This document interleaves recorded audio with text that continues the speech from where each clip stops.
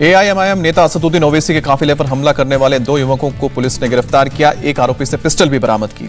Police ने सचिन नाम के हमलावर को घटना के थोड़ी देर बाद ही पकड़ा। दूसरे आरोपी शुभम को पुलिस ने देर शाम गाजियाबाद से गिरफ्तार किया। ओवैसी की पार्टी के नेताओं के बयानों से आहत थे दोनों आरोपी। पुलिस के मुताबिक आरोपियों ने पूछताछ में कही है नाराजगी की बात। ओवैसी पर हमले के मामले में पुलिस ने एफआईआर दर्ज की है। पिलखुआ थाने में धारा 307 के तहत मामला दर्ज किया गया है। गाजियाबाद के डासना में असदुद्दीन ओवैसी के काफिले पर हुआ हमला। ओवैसी की गाड़ी पर 3 से 4 राउंड गोलियां चलाई गई। मेरठ से दिल्ली लौटते वक्त ओवैसी की गाड़ी पर हमला हुआ। गोली लगने से ओवैसी की गाड़ी का टायर भी पंचर हुआ। हमलावर हथियार छोड़कर भागे। ओवैसी पर हमला करने वाले बदमाश की सीसीटीवी तस्वीर सामने आई। ओवैसी की गाड़ी पर फायरिंग करते दिखे 2 शख्स। असदुद्दीन ओवैसी ने हमले को बताया सोची समझी साजिश। कहा कि ऐसे हमलों से हम डरेंगे नहीं, मुझ पर घात लगाकर हमला हुआ है। असदुद्दीन ओवैसी की मांग हमले की चुनाव आयोग, केंद्र और यूपी सरकार स्वतंत्र जांच कराए। आज अपनी कार पर फायरिंग का मुद्दा लोकसभा में उठाएंगे ओवैसी। लोकसभा स्पीकर से भी मुलाकात करेंगे। फायरिंग की घटना की खबर सुनकर असदुद्दीन ओवैसी के भाई अकबरुद्दीन ओवैसी दिल्ली पहुंचे। भाई से जाना हाल। यूपी में ओवैसी पर हुए जानलेवा हमले के बाद हैदराबाद में तनाव बढ़ा। भारी संख्या में बाहर निकले समर्थकों ने बाजार बंद कराया। यूपी के सीएम योगी आदित्यनाथ आज गोरखपुर में नामांकन दाखिल करेंगे। गोरखपुर शहर सीट से लड़ रहे हैं चुनाव। योगी के नामांकन दाखिल करते वक्त गृह मंत्री अमित शाह समेत कई सीनियर नेता मौजूद रहेंगे। नामांकन से पहले कार्यकर्ता सम्मेलन में हिस्सा लेंगे। आज यूपी के चुनावी दंगल में फिर हुंकार भरेंगे पीएम मोदी। एक वर्चुअल रैली को संबोधित करेंगे। पीएम मोदी 5 जिलों के लिए करेंगे वर्चुअल रैली। गाजियाबाद, मेरठ, हापुड़, नोएडा और अलीगढ़ की सीटों के लिए प्रचार करेंगे। बीजेपी अध्यक्ष जेपी नड्डा आज जालौन और कानपुर देहात में करेंगे चुनाव प्रचार। 3 जनसभाओं को संबोधित करेंगे। समाजवादी पार्टी अध्यक्ष अखिलेश यादव और आरएलडी प्रमुख जयंत चौधरी आज आगरा में करेंगे चुनाव प्रचार। दोनों प्रेस कॉन्फ्रेंस भी करेंगे। कांग्रेस महासचिव प्रियंका गांधी आज गाजियाबाद पहुंचेंगी। पार्टी उम्मीदवारों के लिए करेंगे चुनाव प्रचार। अखिलेश यादव ने गुरुवार को नोएडा में किया चुनाव प्रचार। कहा कि भ्रम तोड़ने आए हूं। नोएडा के अंधविश्वास पर अखिलेश का नया दावा। कहा कि बनने जा रही है मेरी सरकार। गाजियाबाद के लोनी से गृह मंत्री अमित शाह का अखिलेश पर प्रहार। डरिएगा नहीं, दिल्ली में बैठा हूं, दंगे अब नहीं होंगे। अमित शाह ने कहा कि हमने गुंडों माफियाओं को जेल में डाला है। जनता से पूछा आजम, अतीक और मुख्तार कहां हैं। यूपी के सिराथू में जेपी नड्डा ने समाजवादी पार्टी को देशद्रोही बताया। कहा कि गुंडा शब्द इनके लिए छोटा है। यूपी के डिप्टी सीएम केशव प्रसाद मौर्य ने सिराथू सीट से भरा पर्चा। जेपी नड्डा भी साथ मौजूद थे। मौर्य और बीजेपी की जीत का दावा। सीएम योगी ने गुरुवार को पेश किया 5 साल का रिपोर्ट कार्ड। बोले कि हमारी सरकार में नहीं हुआ एक भी दंगा। जो काम 70 साल में नहीं हुए वो 5 साल में पूरे किए। अमरोहा से रक्षा मंत्री राजनाथ सिंह का अखिलेश पर तंज। हार रही सपा ने लाल पोटली का सहारा लिया।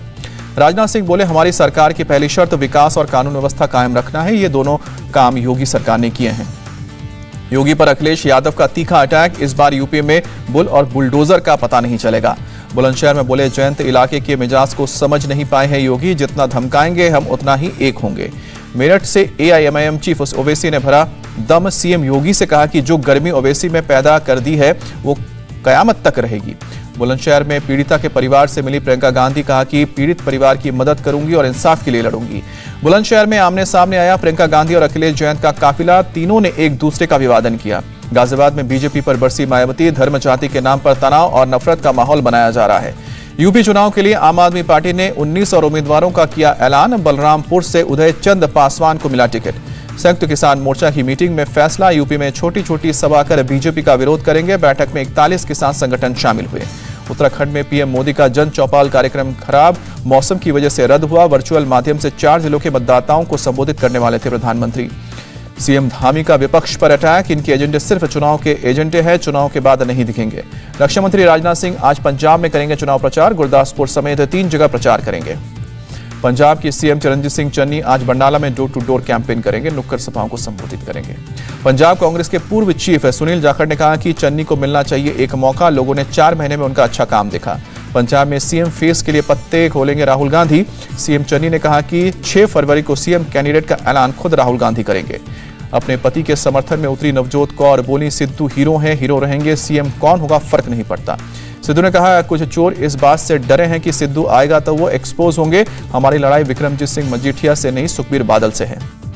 नवजोत सिंह सिद्धू को सुप्रीम कोर्ट से राहत मिली। रोड रेज केस की सुनवाई टली। अब 25 फरवरी को सुनवाई। पंजाब के लिए बीजेपी ने स्टार प्रचारकों की लिस्ट जारी की। पीएम, गृह मंत्री के अलावा सांसद सनी देओल का भी नाम। कांग्रेस नेता राहुल गांधी आज गोवा में करेंगे चुनाव प्रचार। चुनाव के ऐलान के बाद राहुल गांधी का पहला गोवा दौरा। गोवा में आज कांग्रेस उम्मीदवार और नेता लेंगे पार्टी लॉयल्टी की शपथ। राहुल गांधी भी मौजूद रहेंगे। गोवा के सीएम प्रमोद सावंत की अरविंद केजरीवाल को सलाह, दिल्ली में बढ़ते प्रदूषण और कोविड के मामलों पर ध्यान दें। दिल्ली के सीएम अरविंद केजरीवाल आज भी गोवा में होंगे, एक प्रेस कॉन्फ्रेंस को संबोधित करेंगे। केजरीवाल की नई आबकारी नीति के खिलाफ आज बीजेपी की वर्चुअल रैली होगी। केंद्रीय मंत्री स्मृति ईरानी करेंगे संबोधित। 5 फरवरी को हैदराबाद जाएंगे पीएम मोदी। रामानुजाचार्य की 216 फीट की स्टैचू ऑफ इक्वालिटी को करेंगे अनावरण। छत्तीसगढ़ से राहुल का बीजेपी पर अटैक, बोले भारत में ये एक धर्म को दूसरे धर्म से लड़ा रहे हैं, चाहते हैं कि एक ही विचारधारा शासन करे। राहुल गांधी ने भारत को फिर कमजोर बताया, बोले लद्दाख में चीन की घुसपैठ इसलिए हुई, पीएम ने देश से कहा कोई अंदर नहीं आया। रायपुर में बोले राहुल गांधी, 70 सालों में देश में क्या हुआ पूछने वाले करते हैं किसान मजदूरों का अपमान। राहुल गांधी को पूर्व विदेश मंत्री नटवर सिंह का जवाब, उनके परदादा के समय से ही चीन और पाकिस्तान सहयोगी हैं। कानून मंत्री किरेन रिजिजू का अटैक, राहुल के बयानों से देश को नुकसान और प्रतिद्वंदियों को फायदा होता है, जिम्मेदार नेता को इस तरह की बात नहीं करनी चाहिए। रक्षा मंत्री राजनाथ सिंह ने राहुल गांधी को दिलाया याद, कहा कि नेहरू जी ने ही शक्शाम घाटी में चीन को सौंप दी थी। हरियाणा के मंत्री अनिल विज का निशाना, राहुल इटली और भारत की संस्कृतियों में पड़े हैं, इसलिए उन्हें 2 भारत दिखते हैं। कमलेश पासवान ने खुद को बताया 24 कैरेट बीजेपी कार्यकर्ता, बोले कि राहुल मुझे लुभाने की कोशिश ना करें, अपनी पार्टी पर ध्यान दें। भारत ने बीजिंग विंटर ओलंपिक के ओपनिंग क्लोजिंग सेरेमनी का बॉयकॉट किया, गलवान में घायल सैनिकों को ओलंपिक टॉर्च बेरर बनाने से नाराजगी।